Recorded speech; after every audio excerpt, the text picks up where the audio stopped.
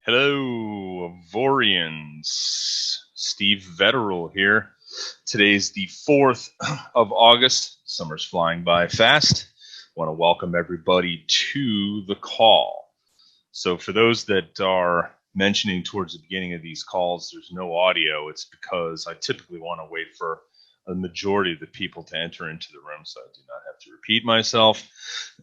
Okay, so let's go through the risk disclosure. Welcome everybody for joining us late. My name is Steve Vetterl. I am the CMA for Auvoria Prime. I'm your risk manager.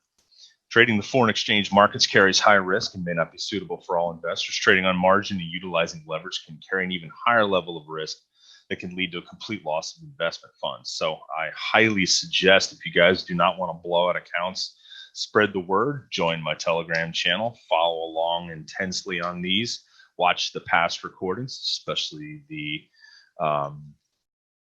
May 30th, where we introduced the high volatility settings, because today, and I guess I'll be referring back to the 4th call, we're going to be introducing even higher volatility settings. So essentially ultra conservative settings we're going to be introducing today. So I have going through the, let me just get to the risk disclosure. I always forget about the second page. Don't hate me, Mariska. If you're sharing any of your results from using Alexander Einstein or Iris or any of the new free 4 pieces of software that are coming out this week, keep in mind that call is tomorrow, folks, 5 p.m. Eastern time. We'll have everybody on that call, and you're up and down. We'll have a big party. Should be great stuff.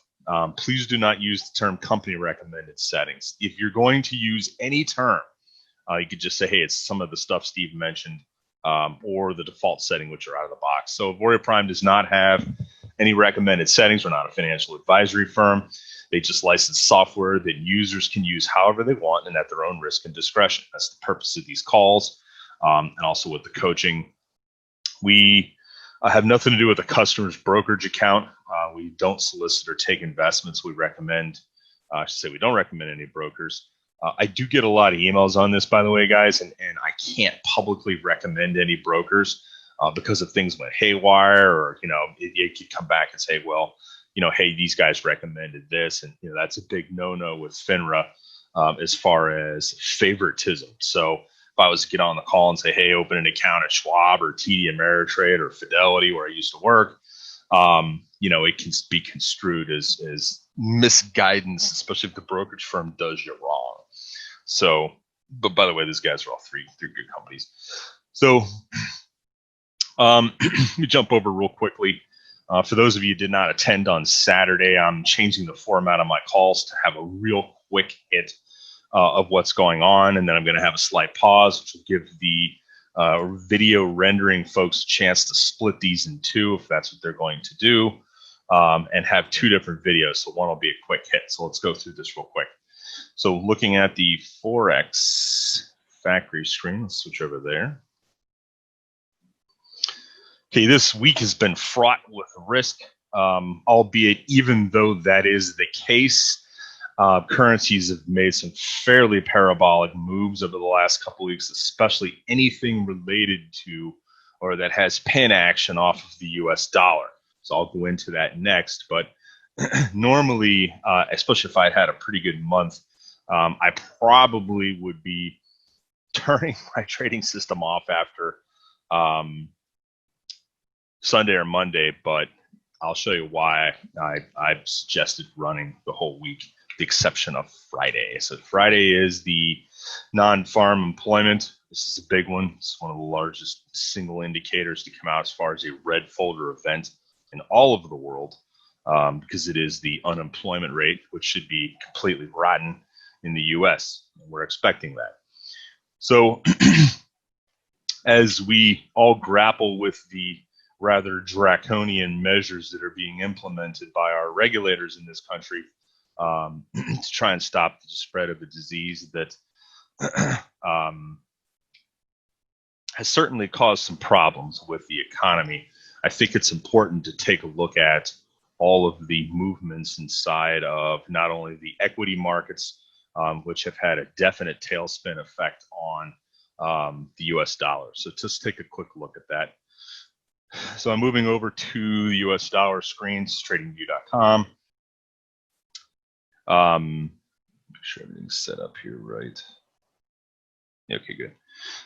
So as I had mentioned, when we ripped from this cup with handle shape and we had pushed up into this area, we had a number of one time frame setups moving up, getting into which was very, very overbought position at 119. I said I thought we would back off for the next couple of days and do a little bit of basing, which essentially is what we're doing here. Notice yesterday this candle was a doji, which is an indecisive type of candle.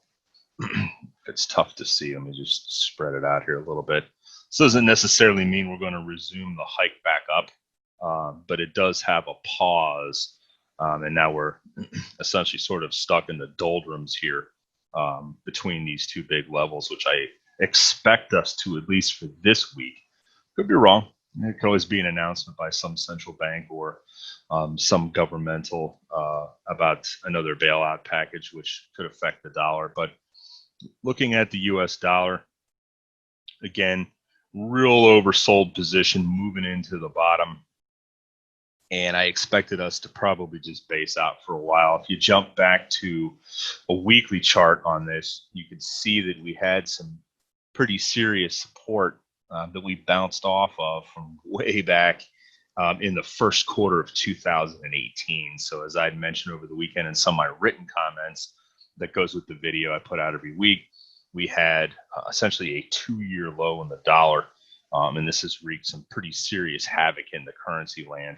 I mean, literally anything that, and some would say, well, how does that affect GBP NZD? Well, if you just take a look at GBP USD, I mean, look how we've completely ripped back. Same weekly chart, right?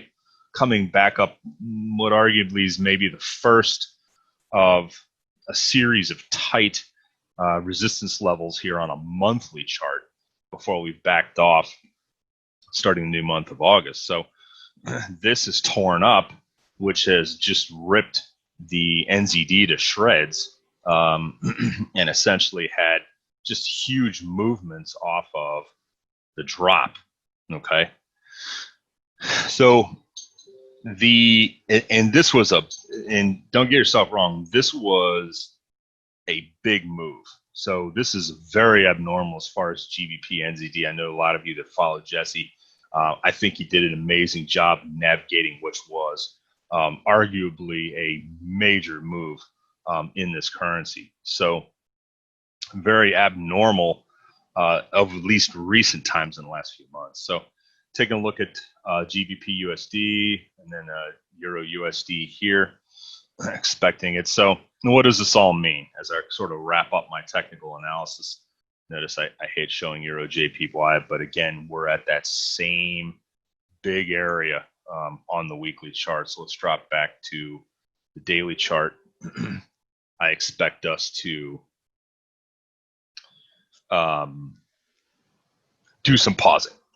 So normally with a week of big news events, the exception of Friday, I probably would not be too interested in running or accepting a lot of trades from Alexander this week. If you're running it on a daily chart, especially if you'd done well, as I know some have had coming into this week, I'd be less motivated with a more treacherous period of time. But the fact that we had huge moves, and then typically after that, you're going to see some period of basing, that is a better environment, in my opinion, to have an Einstein or an Alexander running. So, as far as the S&P, this is a daily chart. You can see on this going down into the mess that we had in March. We've completely come back out. Now, essentially, it looks to be with two indecisive candles here. Let me just stretch this out a little bit. Looks like we're going to go and continue to fill the gap, and obviously the markets are happy with the fact that at least there's discussions going on another bailout package to help out the economy, which is stock positive and dollar negative at this point. So those are the only comments I wanted to make on just kind of what's going on. Taking a look at the accounts. Let's start off here. We had a reset in our 3K Einstein live account. So I actually can't show that screen because we're in the process of resetting the investor passwords and rehooking it back up to FXBooks. So we hope to have that all finished here. The large account denominated in euros, having Einstein, had the pullback that Summit experienced last week. Albeit this account, we actually had it turned off because we were traveling over the last couple of weeks. So that actually worked to our benefit. But, we still suffered about a 4% loss, which is climbing back out of right now. Account's got about 83 euros in drawdown at this point. So it's eating up a little bit of our game. But the key is we have the really conservative 0.01 per 3K settings on this account. So let's go over and review one other thing I want to talk about that I normally don't talk about. And this is our other ring, okay? So this ring is essentially this account here. We're running NZD, CHF, USD, CAD, and GBP USD as our ring, okay? Not necessarily the most effective ring, but this actually was affected a little bit on the positive side because essentially it caught this big move up in GBP because of the decline in the dollar. Account's actually done pretty well, but just looking at a little bit of a drawdown here, $238 on this account. But I mean, overwhelmingly, if you look at the FX book I'm showing here on the screen, we've only been running this account since June 8th. So, I think it's done really well. So, I just think that it certainly argues for taking a look at other pairs, but I also certainly think it argues for taking a look at other pieces of software, which we're coming out with tomorrow. So let me just minimize that screen. If you could please, the Q&A window is open. If you have any questions about what's coming up tomorrow, stuff I've been posting on my Telegram channel, note that once all the videos are rendered, they're put up into the back office, and then the notation comes out of my Telegram channel, which is actually really good. So the common theme that I have received in terms of emails has been mostly in the last week, hey, what can you tell us about the new software? I have purposely stayed away from this because I want the developers of the software and or our management team at Auvoria to do the introductions to you guys. And then I will move into a little bit of deeper analysis. Some of the software has no settings that are adjustable. Some of the software runs a lot more currency pairs than the 3-ring we're running. And some of this software does much better on smaller accounts than Einstein or Alexander does. So for those reasons, this should be killer. Creating a little more work for yours truly, but in terms of the settings, I'm not going to have to do deep dives because especially in the case of Gearbox, the developers are going to be running some weekly calls to help you guys with adjustments of settings because Gearbox is a little bit more involved version of Einstein and Alexander. So with that being said, questions on markets, questions on movements and currencies, I'll certainly welcome any of that. If you have any questions on what my thought process is for this week, it's kind of just let the software do its work. I think the problem with a lot of folks is when they get in drawdown on some of these really ridiculous moves we've seen, they're looking for me for some sort of magic pill of how to get them out of drawdown, which really would involve me stepping in front of the software saying, hey, I'm smarter than the software. I'm going to give you some sort of different instruction. Where it's best, though, for me in my role, essentially is just to be a constant voice, in some cases very redundant voice, of just having conservative settings and truly understanding of the risk at play for any live money that you put to work.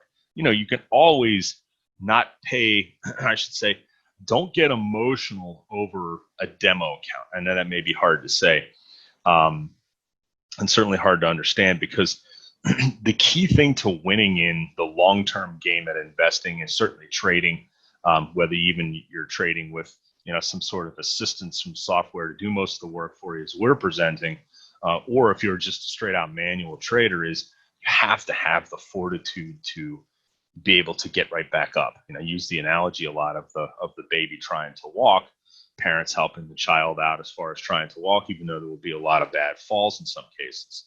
So in some cases, really bad falls, is you watch enough of these YouTube videos, it's you wonder what these parents are thinking. You got to watch these kids, right? But everybody just helps them get right back up. Now, I understand it's different. A lot of people say, well, this is my money, Steve. I've worked really hard for it. In some cases, it's taken me months to save this. So there certainly is a lesson to be learned from that, is if you cannot afford to lose it, please don't put it at risk and just run the accounts in demo.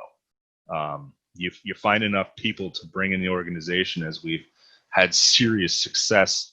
I mean, I saw this all firsthand in Nashville when we were having our big summit with a lot of the leaders. And, a lot of these leaders have spent tremendous amount of time building teams and educating everybody. And, I sort of get the ability to look out over all of that in a lot of the beta test groups we've done. And I can be nothing but impressed, which is difficult to get compliments out of me, as certainly my clients, my friends, and my wife will tell you, because I am just brutal when it comes to making sure something works well. Whether it's trading, investing, being an advisor, all that fun stuff. So the key thing really is just understanding one's own level of risk. So let's go to some questions here.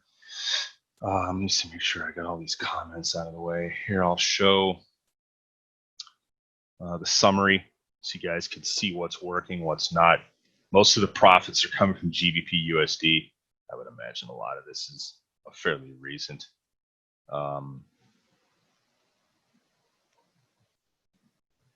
Like I said, software is currently in about a $200 drawdown, so it's taking a little bit of heat, but we're up 22%, fairly consistent, along with the equity growth. Took a little bit of hits, climbed right back out. This is sort of that argument of why step in front and start changing stuff up.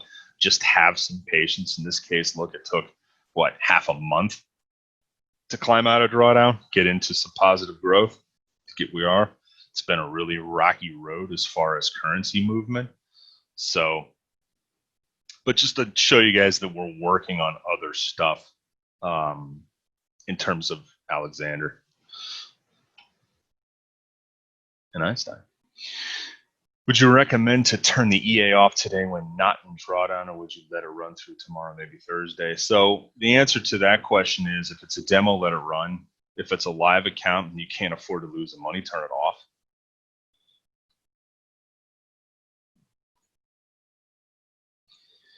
Mornings to you as well, Dylan. We had a back and forth on currency diversity, and I'm sharing the current account US dollar still being common between the two pairs for a bit more diversity. You have a suggestion for a third, more diverse pair?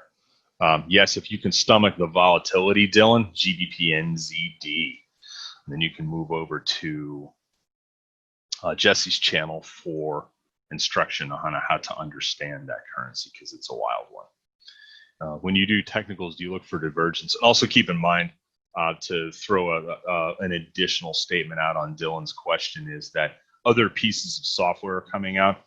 In one case, it's running 15 pairs. So there's plenty of diversification on the Neo version of software coming out. When you do technicals, do you look for divergences with price action in any way? I do, GD. I just don't explain it that way, because it's a little bit too deep of a dive, and I'm really trying to keep this really high level. So if you notice, I'm only showing price actions and patterns. That's it. But there is probably about 15 to 16 other things I look at. and I want them to come together in what's called a confluence. So where essentially a whole bunch of fingers are pointing at one area on a chart. Fibs, pitchforks, moving averages, volume profile, composite charts, Fibonacci's, I already say that, and a number of other things. I don't look at Elliott Wave. I think it is really subjective analysis. I just do not use it. So there isn't one magic golden chalice, if you will, with the exception of order flow, which we cannot get unless you're at a very, very high level liquidity provided broker or some sort of private broker. The ultimate holy grail in terms of an indicator, in my opinion, which is what I'm an expert on the future side of the business, is what's called order flow. And that's essentially where you get to see the orders that are executing real time, buy and sell on a particular instrument or security. That's the best indicator there is. But we cannot get that in Forex, which I continue to bitch about. Next question. Is Einstein designed for the 3 basic pairs? Does it do better with basic pairs than other pairs? The reason that we run it, let me just shift back over here. The reason we run it with a Euro USD based ring is that because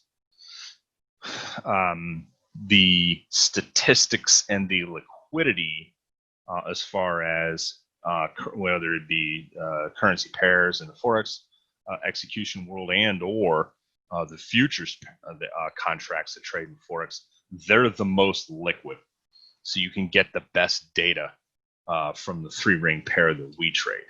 So outside of the data being dependable, long-term, accurate, and in large scale form, it's much easier to get longer term performance, which is what I'm all about in the long term, even though it seems odd I'm showing lots of short term charts of our performance, but yet we've only had these newest versions of the software for 4 months.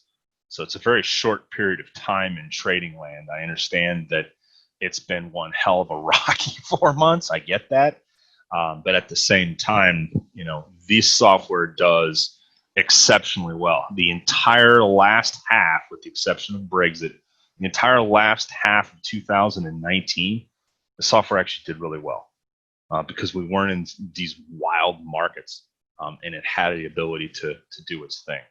But I still think it argues for a much more diverse software marketplace, as I certainly know Sal and the teams have been, along with Tyler and our R&D team, have been working diligently to bring a broader marketplace of software, because patterns, movements, markets always change in some sort of directional bias in Forex, and you need every piece of software you can to take advantage of it. So what I envision, and maybe this is too positive of a vision right now, I envision a software for every market condition, including high-speed scalpers, okay?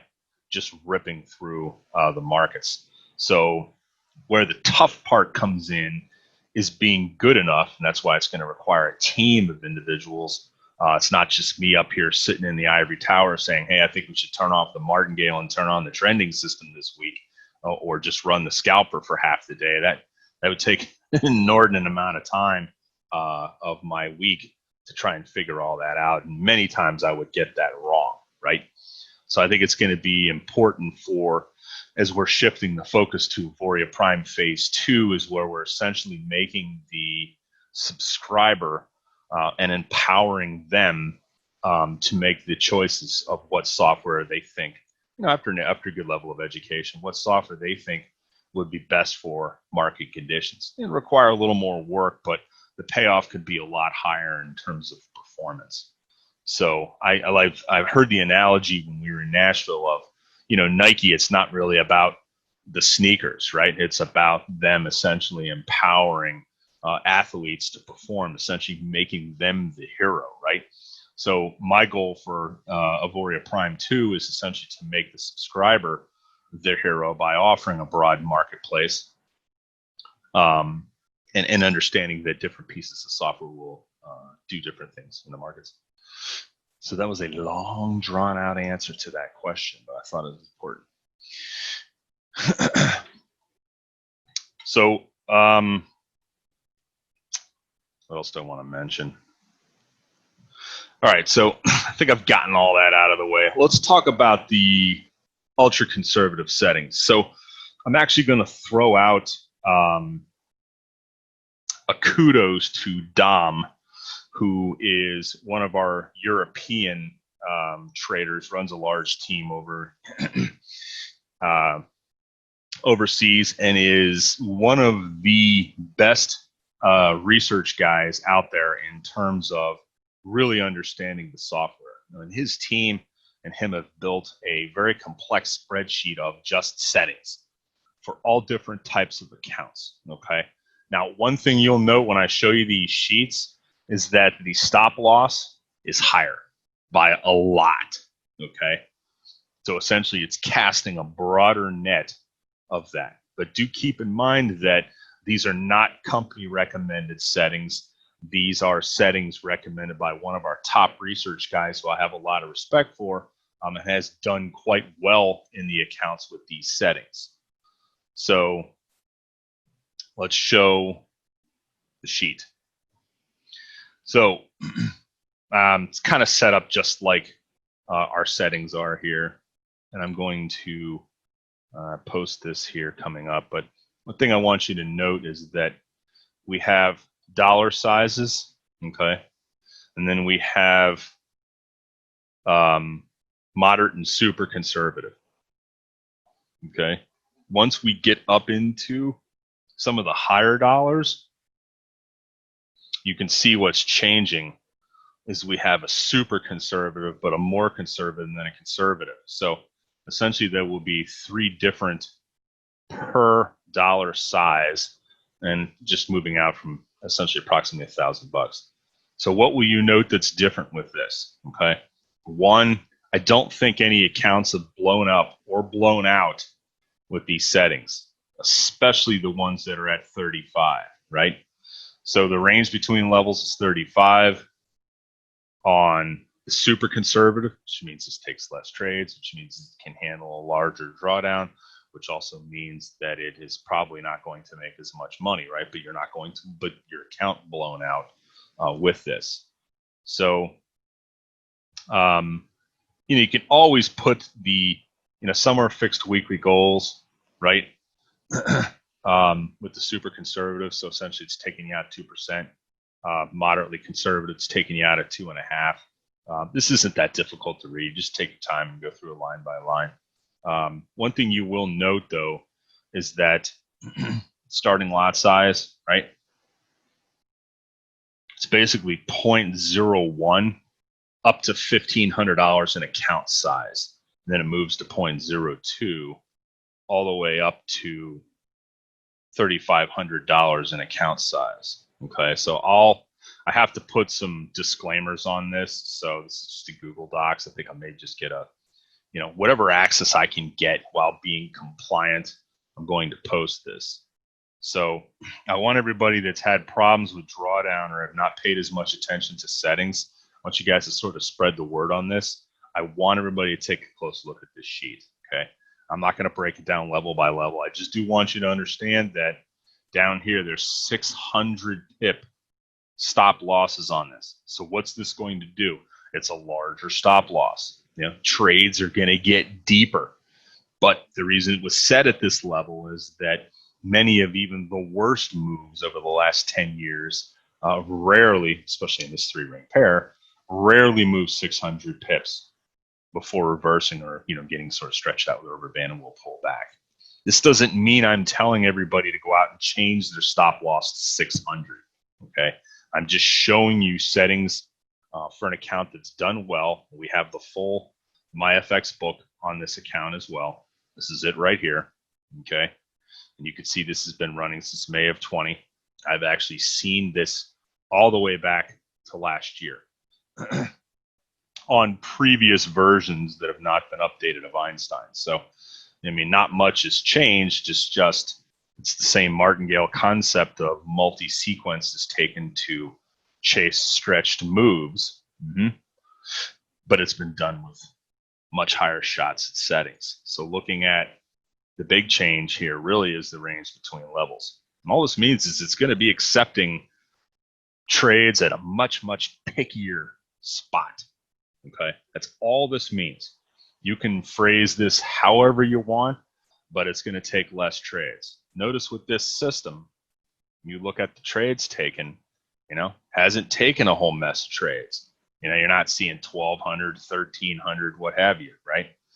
There has been periods of time that the drawdown has been in here, right? But look at the worst drawdown on this thing. It was periods of time where it was crazy, but the drawdown never surpassed 20%, which is really the deal killer in institutional trading land, right? Hasn't gone past that. And now, again, not the biggest amount of time. I get that. But this looks really promising if you're willing to stomach lower profits, but not much, right? You take a look at the growth chart on this thing. So, essentially we've had dips in growth. Software pulled right back out. Took some time in some cases, right? That 2 weeks of June to the end of the month were, just a beat up time for a lot of accounts. But those that had the fortitude to go forth, software pulled out. This is why I'm unwilling to step in front of drawdowns and pretend like I'm some smart guy to come up with some golden goose strategy to change the pain, right? The only thing that's going to change the pain is fortitude, push through, right? All right, so I'll post all this. I just want to get some approvals from some guys. I have gotten approvals to show it, but I want to be able to put the right sort of disclaimers in front of all this stuff, and I'll post it on my channel. All right, let me just take a look at a couple of questions here. Yeah, so this will be posted on my Telegram channel. Range between levels just makes it. It just means it's being more picky. It's much broader ranges need to be taken for it to trade. All right, so let's go back. Moving average period. This was a question I just got. Let me just highlight this line. You can see how moving average period is still 50 across the whole thing. That hasn't changed. As you can see, this has changed, right? So remember, we have our high volatility settings, and then we have a slightly even super conservative settings, right? So notice it went from 115 to 1.3. So just slight tweaks on range multiplier, position size multiplier. Most notably, obviously, though, max number of levels is still 8, right? Moving average period is the same. What it has done is it changed the stop loss, and look at the starting lot size has been broken out between the two different currencies. I don't know if you guys are seeing this line here. I'll highlight it. See how there's a starting lot size that you can break down to between currencies. Okay.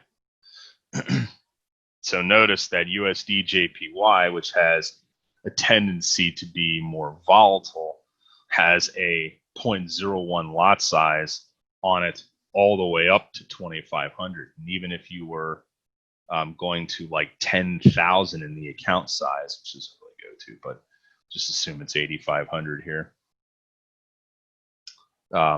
This thing's still only a 0.04 versus a 0.05 on Euro USD. So a little more volatile.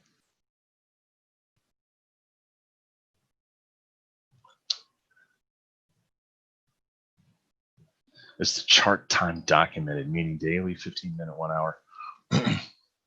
Chart time documented. You mean, this system's traded on a daily chart, as you can see right here. It's only 2 pairs, by the way, too. Notice that. It's not 3 pairs on this settings. Again, Steve Vetterl is not telling you guys to change your settings to this.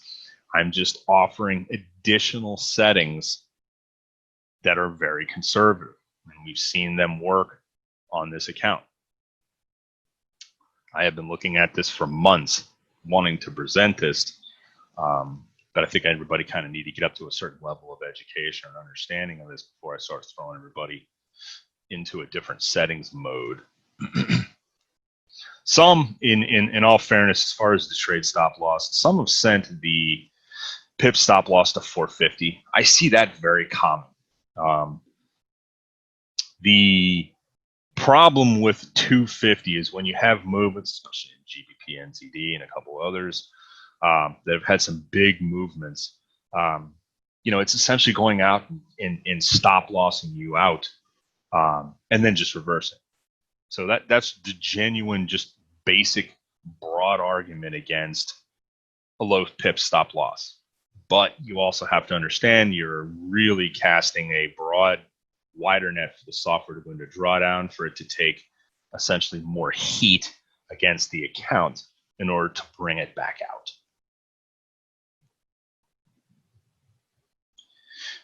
All right. Yeah, so again, a lot of questions on that. I'll go ahead and go through all that stuff, and then we'll get the approvals from our love for these guys, and they were nice enough to share this with us.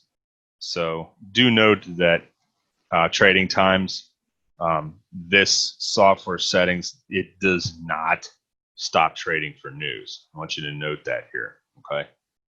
It does not stop trading for news. It runs all week, and it opens up, and I'll show you our settings here as well, just sort of a comparison. So we have our out-of-the-box settings, stop trading for news, obviously the 15 and 60-minute range after. It's set to open Monday, hour 1, which is 4 hours after the market opens. This software starts trading 2 hours after the market opens. In recommended settings, have it trading Sunday on hour 23. So a little bit of adjustments to different stuff. The argument for the stop trading for news setting to be no is that, well, we have the stop loss so high at 600. Also note, actually, the account equity risk is at 100. So we're taking more heat, and we are risking blowing the entire account out in order for the software to be able to pull us out of the trade. And that's why this account has never been blown out. It's taken some heat, but the heat really has been very relative because the settings are very conservative. And this is the primary reason right here. Okay, so yes, thank you. Looks like you guys are all loving this. So Clara said, wanted to trade more conservatively. Would you recommend decreasing numbers of pairs, making settings more conservative? So right here are the two pairs that Dom and a chunk of his team in Europe are trading. Okay. Notice there's no Euro JPY here. Now, I always hesitate to take that third pair out because it actually did pretty well a chunk of last year. And, we're sort of pretending we're smarter than the software, saying let's only trade two pairs. But for now, I guess if it starts to act better again, there certainly are enough people on it now at Auvoria, as far as all the teams around the world managing this stuff, that we'll know if it comes back into favor again pretty quickly. Maybe we'll add it in as our third pair. But for now, this is what this team's trading, just these two pairs. All right. Can you explain the moving average period of 20 in and out of the box settings and 50 in the spreadsheet you're sharing? So the question that's asked is right here, the moving average period is 20, okay? Which really just coincides with a smaller moving average, right?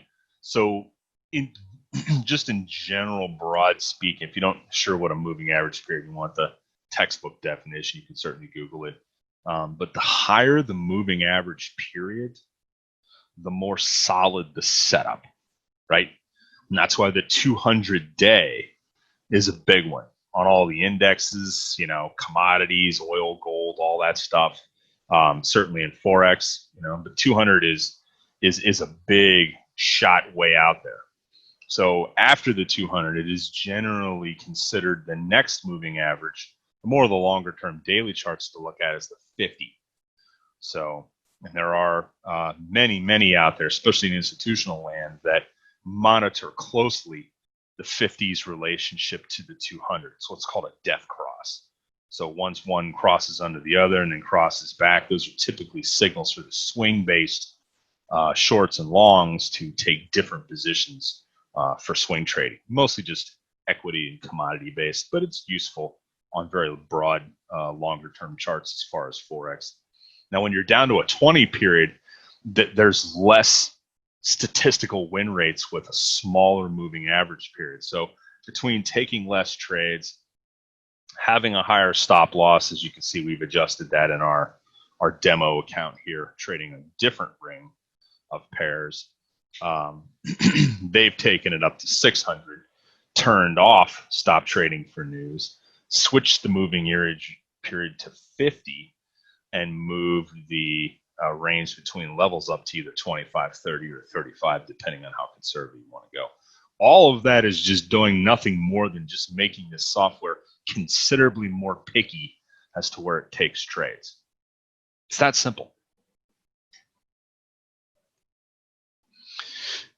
All right, so I did that.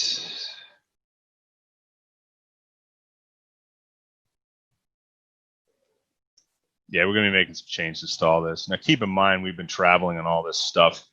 We have 4 pieces of software coming out. So needless to say, guys, plus I've been in quarterly client meetings and the market's been going bananas. My wife and kids are wondering if I'm still their dad. But